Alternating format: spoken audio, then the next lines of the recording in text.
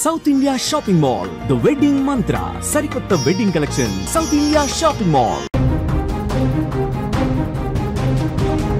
Big breaking news చూస్తున్నాం. అమెరికాలో ఆందోళనలు ఆగనట్లుగా కనిపిస్తున్నాయి. లాస్ ఏంజల్స్ నుంచి ఇతర ప్రాంతాలకు కూడా విస్తరించింది. ఇల్లీగల్ ఇమ్మిగ్రెంట్స్ కు మద్దతుగా అట్లాంటా, కాలిఫోర్నియా, న్యూయార్క్ లో నిరసనలు వెలువెత్తుతున్నాయి. ఈ దేశంలోనే ఉంటామని ఇమిగ్రేషన్స్ వాళ్ళు చెప్తున్నారు. అవసరమైతే కాల్ చేయండి అని కూడా ట్రంప్ చెప్తున్న పరిస్థితి కనిపిస్తుంది.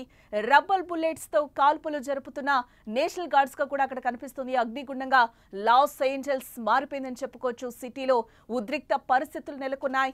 వాహనాలకు నిప్పు పెట్టి ఆందోళనకారులు అక్కడ భీభత్సం సృష్టిస్తున్నారు. అమెరికా అట్టుడికిపోతోంది. లాస్ ఏంజల్స్ అగ్నిగుండంగా మారిపోయింది.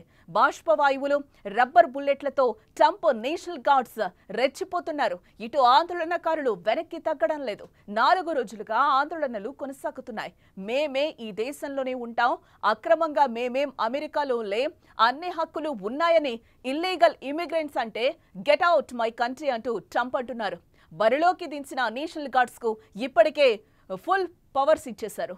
ఆందోళనలను అణిచివేసేలా ఆదేశాలు వారికి అందాయి. దీంతో నిరసనకారులపై దళాలు కర్కశంగా ప్రవర్తిస్తున్నాయి. మాట వినకపోతే రబ్బర్ బుల్లెట్స్ తో కాల్పులు జరుపుతున్నారు. నిరసనకారులు కూడా వెనక్కు తగ్గడం లేదు. నేషనల్ గార్డ్స్ పై ఎదురు తిరుగుతున్నారు. పోలీసుల వాహనాలపై దాడులు చేస్తున్నారు. రోడ్లపై వాహనాలకు నిప్పు పెట్టి భీభత్సం సృష్టిస్తున్నారు. ఇండియన్ స్టూడెంట్ చేతులు వెనక్కి విరిచి సంకెళ్లు వేసి దేశ బహిష్కరణ తీరుపై ఆగ్రహావేశాలు వ్యక్తమవుతున్నాయి. లాస్ ఏంజల్స్ కాదు, ఇతర ప్రాంతాలకు కూడా ఈ అల్లర్లు పాకడంతో అగ్రరాజ్యం ఇప్పుడు అట్టుడికిపోతోంది. ఇల్లీగల్ ఇమిగ్రెంట్స్ కు మద్దతుగా అట్లాంటా, కాలిఫోర్నియా, న్యూయార్క్ లోనూ ప్రజలు రోడ్లపైకొచ్చి శాంతియుతంగా నిరసనలు తెలుపుతున్నారు. అక్రమ వలసదారులను అరెస్టు చేయొద్దు అంటూ డిమాండ్ చేస్తున్నారు. దీంతో పరిస్థితి రాను రాను తీవ్రమయ్యే అవకాశాలైతే కనిపిస్తున్నాయి.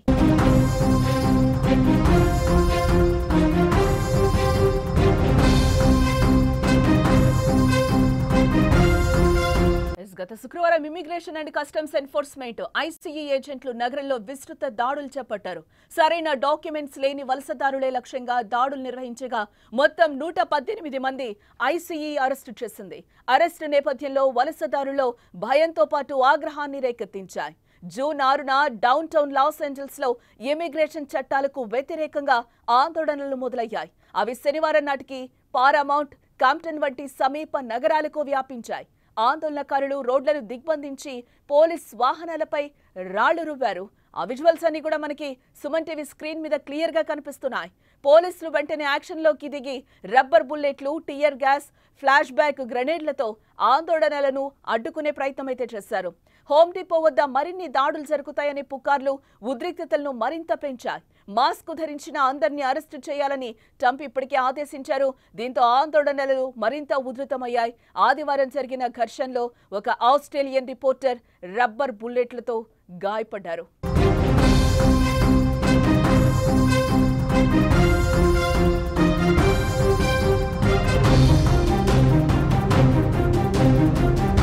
ట్రంప్ నేషనల్ గార్డ్ ను మోహరించడంతో ఇది రాజకీయంగానూ రచ్చరేపింది. Governor Newsom, mayor Bass Trump చర్యలను వ్యతిరేకిస్తూ ఇది చట్టవిరుద్ధమని, రెచ్చగొట్టే చర్య అని విమర్శించారు. మరోవైపు ఆందోళనలను సద్దుమణిగేలా చేసేందుకు 2000 మంది నేషనల్ గార్డ్స్ ను ట్రంప్ కార్యవర్గం సిద్ధం చేసింది. ఇప్పటికే దీనిపై లాస్ ఏంజల్స్ స్థానిక నాయకత్వం తప్పుపట్టినట్లుగా తెలుస్తోంది.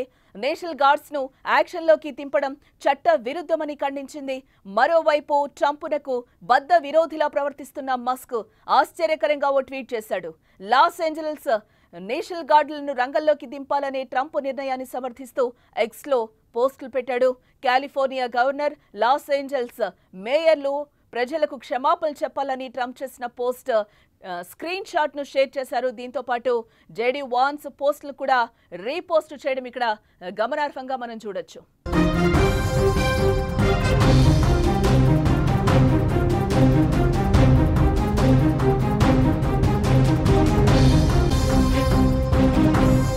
మనం చూస్తున్నాం అమెరికా అట్టుడికిపోతుంది.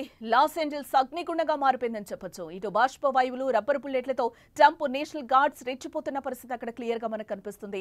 ఇటు ఆందోళనకారులు వెనక్కి తగ్గడం లేదు. 4 రోజులుగా ఆందోళనలు కొనసాగుతూనే ఉన్నాయి. మేమే ఈ దేశంలోనే ఉంటాం, అక్రమంగా మేమేం అమెరికాలో లేం, అన్ని హక్కులు ఉన్నాయని, ఇల్లీగల్ ఇమిగ్రెంట్స్ అంటే గెట్ అవుట్ మై కంట్రీ అంటూ కూడా ట్రంప్ అంటున్న పరిస్థితి కనిపిస్తుంది. అక్కడ బరిలోకి దించిన నేషనల్ గార్డ్స్ కు ఇప్పటికే ఫుల్ పవర్స్ ఇవ్వడం జరిగింది. ఆందోళనలను అణచివేసేలా ఆదేశాలు వరకు అందాయి. దీంతో నిరసనకారులపై దళాలు కర్కశంగా ప్రవర్తిస్తున్నాయి. మాట వినకపోతే రబ్బర్ బుల్లెట్స్ తో కాల్పులు జరుపుతామని కూడా నిరసనకారులు వెనక్కు తగ్గడం లేదని కూడా అంటున్నారు. నేషనల్ గార్డ్స్ పై ఎదురు తిరుగుతున్నారు. పోలీసులు వాహనాలపై దాడులు చేస్తున్నారు. రోడ్లపై వాహనాలకు నిప్పు పెట్టి భీభత్సం సృష్టిస్తున్న పరిస్థితి కనిపిస్తుంది. మనం సుమన్ టీవీ స్క్రీన్ మీద అయితే క్లియర్ గా చూస్తున్నాం. అక్కడ ఎంత ఉద్రిక్త పరిస్థితులు నెలకొన్నాయో కూడా తెలుసు. రాళ్లతో రువ్వుతున్న పరిస్థితి అయితే కనిపిస్తుంది. అక్కడ కార్లన్నీ డ్యామేజ్ అయిన పరిస్థితి కనిపిస్తుంది. రోడ్లపైకి వచ్చి అందరూ కూడా అక్కడున్న సిటిజన్స్ అందరూ కూడా మేము అక్రమంగా లేము అని కూడా నినదిస్తున్న పరిస్థితి కనిపిస్తుంది. ట్రంప్ ఎప్పుడైతే రెండోసారి అధికారం చేపట్టారో 2.0లోకి వచ్చారో అప్పుడే ఆయన ఖచ్చితంగా చెప్పడం జరిగింది, అమెరికాని కాపాడుకుంటాం, అక్రమ వలసదారులను అయితే మేము వెనక్కి పంపిస్తామని కూడా ఆయన క్లియర్ గా చెప్పిన పరిస్థితి అక్కడ మనకి కనిపిస్తుంది. ఆయన ఏదైతే చెప్పారో, ప్రమాణ స్వీకారం చేసే ముందు ఏదైతే చెప్పారో అదే చేస్తున్న పరిస్థితి కనిపిస్తుంది. టోటల్ గా ఇక్కడ 12 దేశాల పౌరులపై అమెరికా వచ్చింది. దాంట్లో ముఖ్యంగా మనం చూస్తే కాలిఫోర్నియా, అట్లాంటా, న్యూయార్క్ ఇప్పుడు అట్టుడికి పోతున్నాయని చెప్పుకోవచ్చు. ఆ విజువల్స్ అన్ని కూడా మనం సుమన్ టీవీ స్క్రీన్ మీద అయితే క్లియర్ గా చూస్తున్నాం. అక్కడ గార్డ్స్ అందరూ కూడా రబ్బర్ బుల్లెట్లు, బాష్పవాయువులు పేల్చుతున్న పరిస్థితి అయితే కనిపిస్తుంది. అక్కడ అమెరికా మొత్తం అంతా కూడా రణరంగంగా మారిన పరిస్థితి అయితే మనకి క్లియర్ గా విజువల్స్ లో కనిపిస్తుంది. ప్రెసెంట్ అక్కడ కాలిఫోర్నియా కానీ, న్యూయార్క్ కానీ, అట్లాంటా కానీ ఏ విధంగా ఉందో మనకి అక్కడ క్లియర్ గా కనిపిస్తున్న పరిస్థితి కనిపిస్తుంది. అక్కడ దేశ పౌరులందరూ కూడా బయటకు వచ్చి నినదిస్తున్న పరిస్థితి. మేము అక్రమంగా లేం, అన్ని పత్రాలు మాకున్నాయి, మేము ఉంటున్నామని చెప్తున్నారు. కానీ ట్రంప్ దానికి వ్యతిరేకంగా అక్రమ వలసదారుల్ని మేము అరికడతామని కూడా ఆయన క్లియర్ గా చెప్తున్నారు. మారక ద్రవ్యాల వినియోగం కానీ, రేప్స్ అండ్ మర్డర్స్, సరైన పత్రాలు లేకుండా అక్రమ వలసదారుల్ని ఇక్కడి నుంచి మేము గెంటి వేస్తామని కూడా ఆయన క్లియర్ గా చెప్తున్నారు. మొన్న బాటిల్ బాంబు పేల్చిన పరిస్థితి కూడా మనం చూసాం. అమెరికాలో ఎలాంటి పరిస్థితులు ఉన్నాయో ఇందులో భాగంగానే ట్రంప్ అయితే ఒక కఠినమైన నిర్ణయాలు తీసుకుంటున్నారు. గతంలో కూడా మనం చూసాం టారిఫ్ వార్ కి సంబంధించి కూడా ఆయన ఎలాంటి నిర్ణయాలు తీసుకున్నారు. ఫస్ట్ నుంచి కూడా అక్రమ వలసదారుల్ని మేము ఉంచము అని కూడా ఆయన క్లియర్ గా చెప్తున్న పరిస్థితి కనిపిస్తుంది. ఇదే నేపథ్యంలో అక్రమంగా వచ్చాడని కొంతమందిని వెనక్కి పంపిన వైనం కూడా న్యూజెర్సీ విమానాశ్రయంలో అయితే మనకి కనిపిస్తుంది.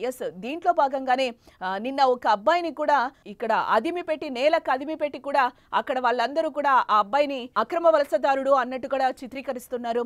దీని మీద అందరూ కూడా ఆగ్రహావేశాలు. ఒక విద్యార్థిని ఆ విధంగా పడుకోబెట్టి అలా చేయడం కూడా కరెక్ట్ కాదు అని కూడా చాలా వరకు అందరూ కూడా డిమాండ్ చేస్తున్న పరిస్థితి కనిపిస్తుంది. ఓ భారతీయ విద్యార్థిని అమెరికా అధికారులు చేతులు వెనక్కి కట్టి సంకెళ్లేసి నేల కదిమి పెట్టి అమానుష ఘటన ఇప్పుడు వెలుగులోకి వచ్చింది.